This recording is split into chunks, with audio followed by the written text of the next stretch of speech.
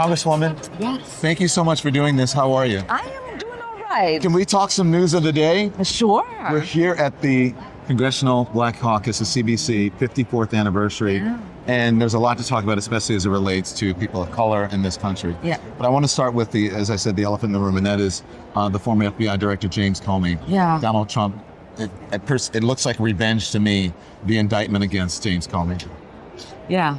What do you think? I mean, it is. And I think, it is a dangerous moment in our country because when a president orders the persecution of his sort of like adversaries, that's not just a slippery slope, right? Like that is entering a dangerous territory. Yeah. And so Sorry. my biggest fear is that people do not understand what country we are becoming, and that's a very, very dangerous country. Yeah. Hi, how are you? Do you talk to your colleagues about it? Because they say, Adam Schiff is next, they say, or, any number of people. It could be you. We saw that that sort of like DM to the Attorney General that, he accidentally ended up like tweeting it to the world, where he says you have to go after these people. And he had a list of folks, and, Comey was on there. And I think many members, as soon as he got sworn in, were thinking about what does it look like to take out insurance, to protect ourselves, to have lawyers, because we knew that there was going to be this threat of us being prosecuted by Trump and his administration, because he's just a petty, disgusting, like, human being who really enjoys inflicting pain on people. Yeah. Is that always is it in the back of your head that he may try something with you? Because you guys are called the Squad. Yeah. But you in particular, it seems that he has a particular bug up his ass about. And does that weigh on you at all? I think he has that for Black people, because I see he's going after my sister Jasmine Crockett all the time. I think he has a real like vitriol reaction anytime he sees. Looking forward to see you. How are you? It's good to see you. Thank you. Yes, good to see you. Good to see you. Thank you, guys. How are you? Yeah. Anytime that he sees a Black woman sort of stand up for herself, that is intelligent, that is able to command respect, he wants to go after them and break them down. Yeah. But he doesn't understand that you can't really like bully a Black woman, right? Like, we're built different. Yeah. Let me ask you about this, because he has said, just within the last few days, I don't know if you saw news about you being, quote, taken back to Somalia. And I know, look, that is go back to Africa. Yeah. Kind of thing. Yeah. That kind of racist. You've heard that, yeah. Of course I've heard that. Yeah. But have you seen that moment? Where he said that? He said, I spoke to the head of Somalia. Yes. Well, it's the irony of him like saying he spoke to the head of Somalia when he continuously said Somalia does not have a leader. It's kind of actually hilarious. And then if anybody knows the head of Somalia, they know that, what the president says cannot be true. Well, he says, I spoke to the head of Somalia, and the head of Somalia said, ask her to take her back, and he said, I don't want her. Do you laugh at that? So Yes. Why? Because I know the president of Somalia. And he wouldn't say anything like that. But also, I mean, why in the world would he take me back? I'm not like some stateless person. I'm a citizen of the United States. Right. I'm a member of Congress. Right. So it would actually be really disrespectful for the president of Somalia to be like, yeah, sure, like, we'll take Ilhan back. Let's talk about all this, what's happening, this political violence. Now, the right and Donald Trump and J.D. Vance and all of them are trying to say, this is something that's mostly on the left. None of the facts, none of the statistics.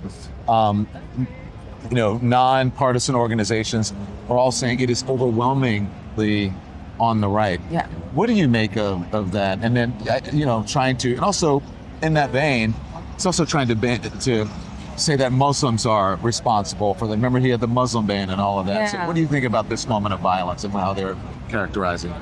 I mean, we know statistically, as you've mentioned, that not just assassinations, but mass shootings, whether it comes to churches, in mosques, in synagogues, it has been a very like white supremacist concentrated effort that like many of them have said they've been inspired by the likes of Ben Shapiro and the president and others on the right. The idea that these are left-wing motivated violence is something that they want because they want to go after, left-wing organizations, folks who are progressive and shut down the movement that we are creating to fight for prosperity, equality, and justice in this country, because they know that their hate has a timeline and it's not going to survive for too long. Their hate has a timeline and it's not going to survive for too long. Yeah. I remember back a couple years ago when I said that most of the terror in this country is domestic terror and it's committed by white men, radicalized to the right, and they wanted my head for it, when that's what the statistics show. Yeah. Why do you think there's such apprehension for them to face the facts about what the real terror is, domestic terror and political violence, where it's coming from? Is it because they're trying to protect white men? What do you think?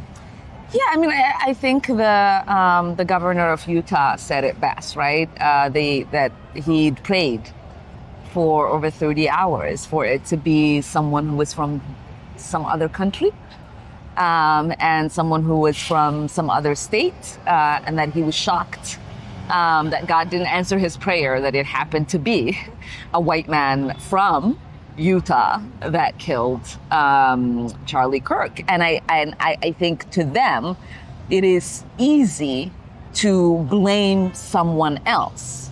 It is hard for them to face the fact that there is something wrong. Yeah.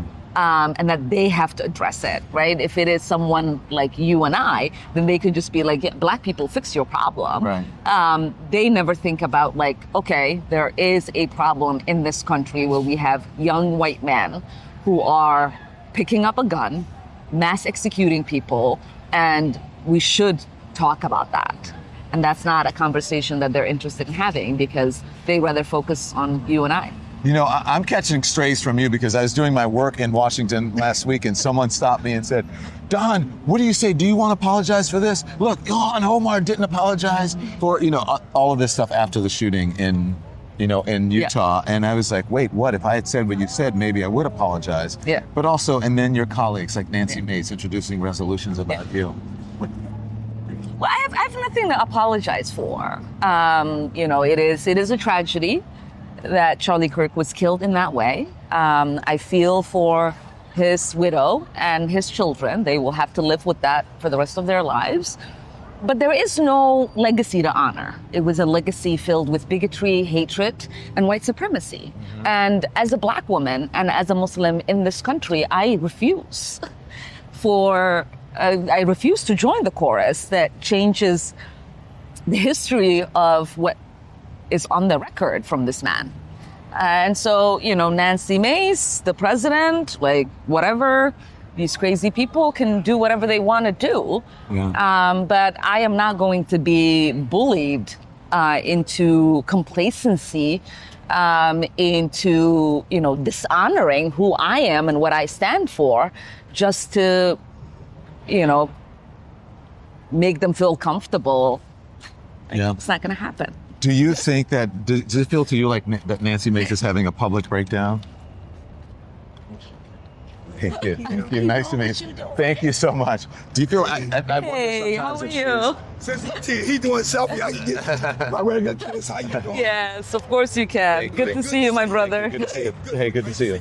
Thank you very much. I appreciate it. Thank you so much. I got to do a paper. Let me get y'all to it. Okay. I think that's your best picture of the week. Thank you. Wonderful. Do you feel like she's having a public breakdown? Sometimes I do. Okay. Yes. Do you want to respond while we're doing that? Sure, yeah. Okay, come on. Thank you. Let's go. All right. Thank you so much. Thank you. With you. Oh no, of course. Okay. Thank you. Thank you. Thank you. Nice to see you guys. Good to see you again. What do you think when you see her? She's She's my neighbor. So her office is literally next door to mine. And every time I've seen her, it's always been, some ridiculous stuff that she's like battling or yapping about in the elevator. You'll ask her how you're doing, and like she'll just go in like a tangent. Like it's just, she is not well. yeah.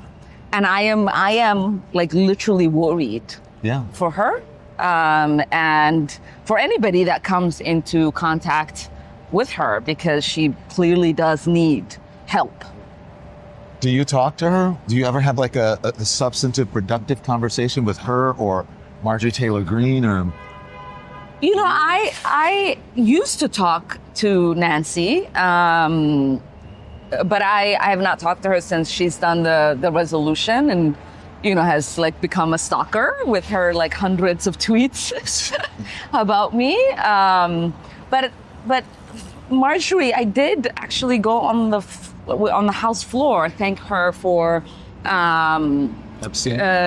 for joining us in calling what's happening in Gaza a genocide. Yeah. And I don't think anybody has personally thanked her.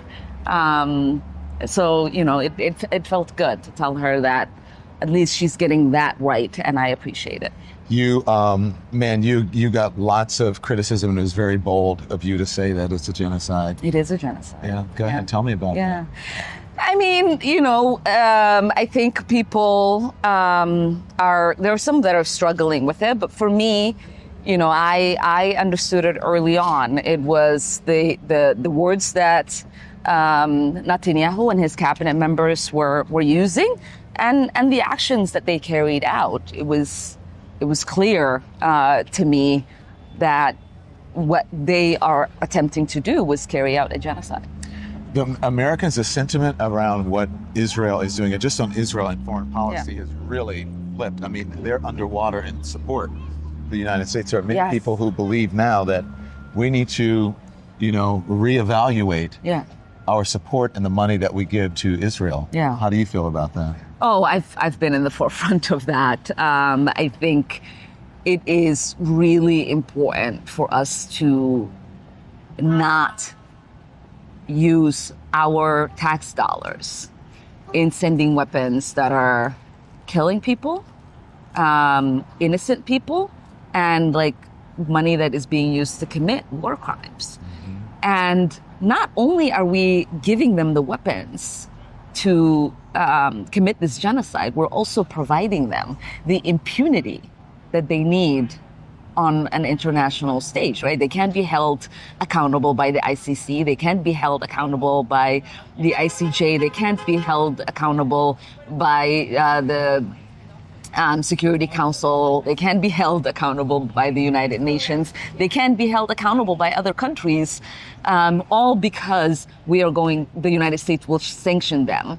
And will fight to do whatever is necessary to protect Netanyahu and the Israeli war criminals. What do your colleagues, do they tell you anything privately that they won't say in public regarding that? Because people don't always say it, even on the MAGA side. Yeah. They'll say, oh my God, this guy, he's crazy, or he's doing too much. Yeah. But then when they get in front of the camera, they say something different. Yeah. Some of your colleagues have been criticized for taking money from AIPAC and all of that. They say things in front of the camera, but then privately, do you hear a difference? There is a huge difference between what is said by members of Congress and the actions that they take and what they will tell you privately, right? Privately, you'll hear not only are they afraid of what AIPAC might do to them, whether it's depriving them of the resources that they already have, or primarying them and providing resources to someone who's challenging them.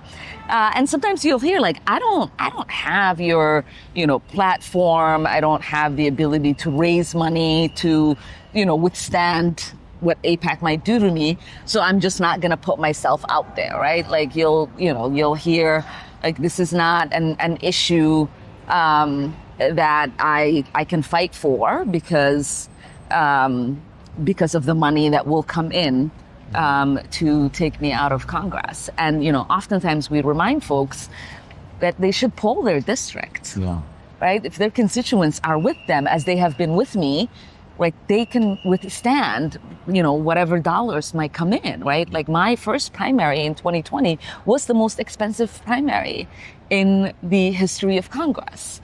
I was outspent 4-1.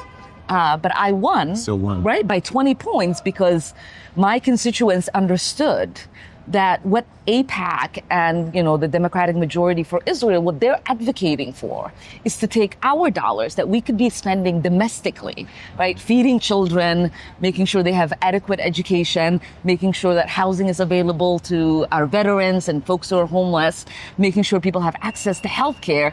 Like those dollars that we are sending to kill innocent people and subjugate innocent people in Gaza and in Palestine. Like that money could be utilized by us because the Israelis have all of those things, right? Like they have great education, they have universal health care, they have the resources for their people. We are struggling domestically here, economically, and we cannot afford to continuously give money to cause harm to the rest of the world when we're not addressing the harm that our people are experiencing here in this country. Your criticism of Israel, some people say, oh, she's anti-Semitic. Are you an anti-Semite? Absolutely not. I don't talk about anything that has to do with Jewish persons or Jewish people. Like my problem is with the Israeli government and the way in which the occupation, the Nakba, the apartheid, the genocide, like those are what I take issues with. Because those are things I understand. And those are things that should not exist with the help of the United States. The United States should be the ones who are fighting against, those kind of things. And like that is what I object to. I don't have a problem with Jewish people. Yeah. Can we talk about Zohran Mamdani? Yes. So as I've been here on Capitol Hill and I tried to explain to this on my show yesterday, and people thought it was my take. They didn't understand where I was coming from. I'm explaining to them what I'm hearing here. Yeah. What I'm hearing is that that national Democrats, Democratic leaders, have not endorsed him because they feel a certain kind of way that he didn't endorse Kamala Harris or Joe Biden. And again, you have to say this because everybody there's Zohran stands everywhere. That's not my take. I'm telling you what I'm hearing. And so they say, why should we support him and why should we rush to do it early? Because usually, if at all, they support a mayor or someone in a local race, it's later on in the contest. Yeah. I just want to know what you think about that. Yeah, I mean, I don't hear that from the folks who haven't endorsed or haven't gotten on board. What I hear is that they fear their donors. I hear that, they're obviously leaders of the Democratic caucus, both in the Senate and the House. So it is their job to try to make sure that we win back the majority. And they're worried about their, frontline members and their ability to raise the resources that are necessary to do that. Now, I tell them, I would tell them, Zohran was able to raise shit of money. Shit ton of money. and many of us are. Yeah. And so it's not necessary to continue to be beholden to the moneyed folks. Yeah. Like the average American is willing to help, support Democratic leaders when they have integrity. Well, I haven't given my take, but I'll give my take since I'm with you and we're being honest here. Yeah. I think that we're in a new place now. And all of the old things that happened, you got to let bygones be bygones and remember that how Republicans stand behind each other. Yeah. Whether they agree with the person or not, it's still one of them and he's the nominee. Yeah.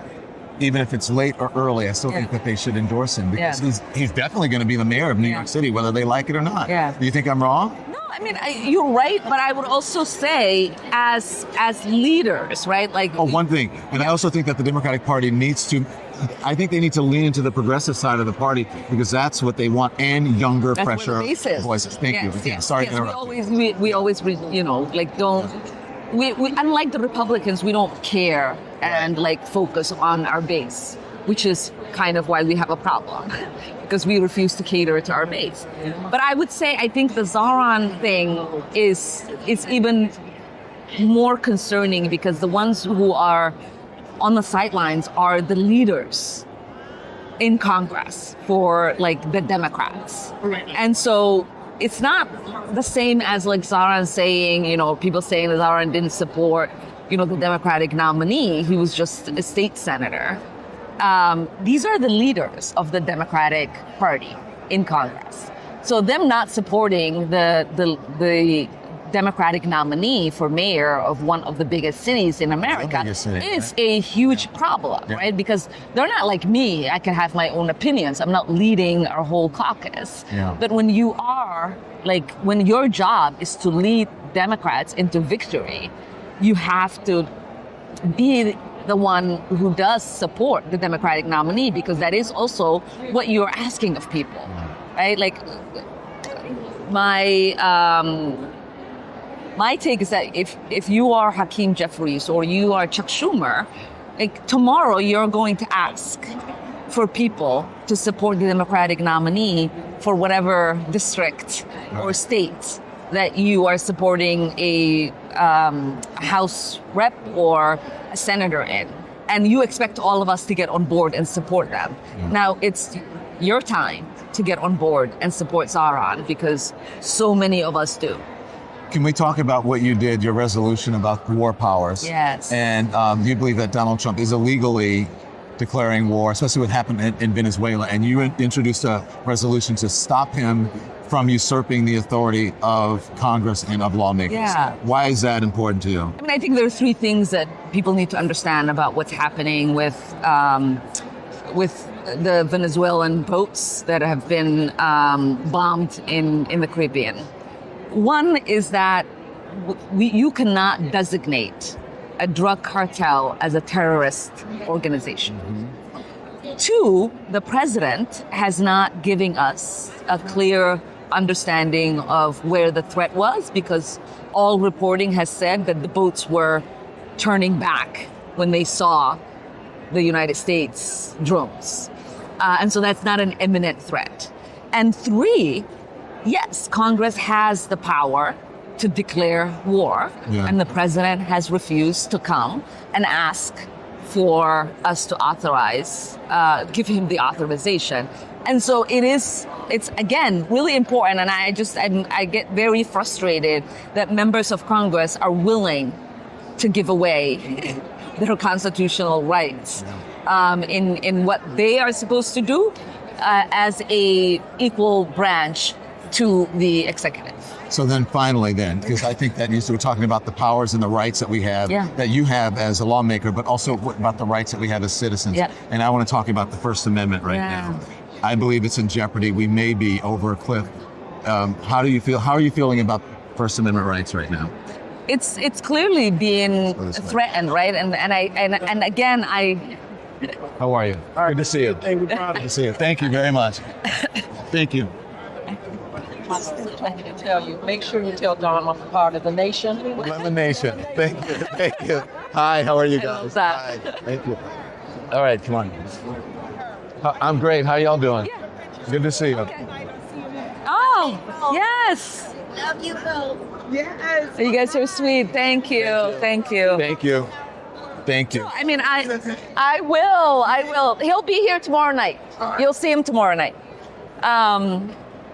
No, what I try to explain to people is that not only is the First Amendment under threat, but there's also just a lack of understanding that I'm seeing with the American public on what like those freedoms actually look like. You know, you'll have people who say, you know, like you shouldn't have a Muslim in Congress, and it's like, well, that like. I have First Amendment protection to practice whatever like religion I want in the United States. Right. That is That's part literally part of it. Two, people will say, you advocated for like the likes of Tucker to like get off TV. And it's like, yes, with advertisers, right? Like we, as the public, can put pressure.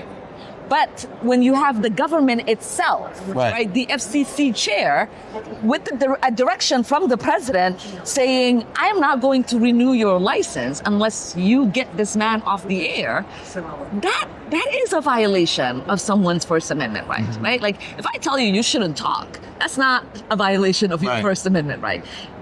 The protections exist from government. But isn't that that's what the First Amendment was written for? Yes. It's the government. Yes, and I think that's the part that people don't understand. It's the government, right? Like people were upset with like the likes of Ted Cruz when they, tried to explain. And that is my worry, is that the public is losing an understanding of these liberties and freedoms that like we enjoy in this country, and we uniquely enjoy it because it is enshrined in a constitution. No other country has that. Yeah. Right? Like our freedoms and liberties are literally written in a constitution that we take an oath to protect.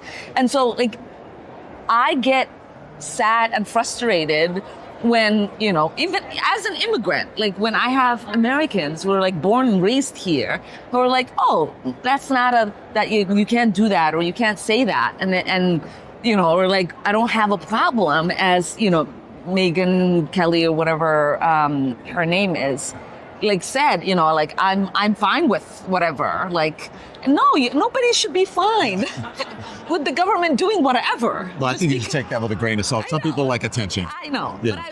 but to me, it's like, no, I voted for the subcommittee to fight against weaponization of the government to be created because. Like, I knew what they were doing, right? Like they were going after the Biden administration. But fundamentally, I agreed with that idea that the government should never be weaponized against people.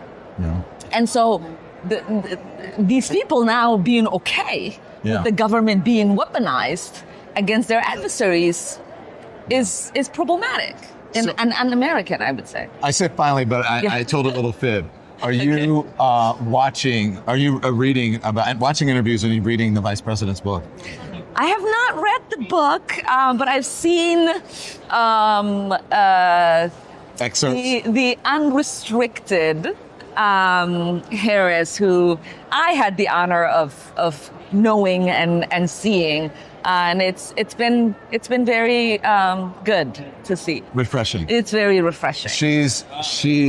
Hey, thank you very much. She deserves to she can tell her own story, which is part of our First Amendment right. It is. Do you agree with some of the political pundits and, the old school politierati, for lack of a better word, that this is bad for the Democrats? This is really bad. Democrats they don't need this. It's the last thing they need. I say, it may be bad for Democrats, but it may be good for the country, and maybe Democrats should take a good long look. I don't think it is bad for Democrats. I just don't understand where they're coming from. She's sharing her truth, and it is always important for Democrats to support anyone that is willing to be authentic and fully themselves. And, I believe that was always the appeal to Vice President Harris.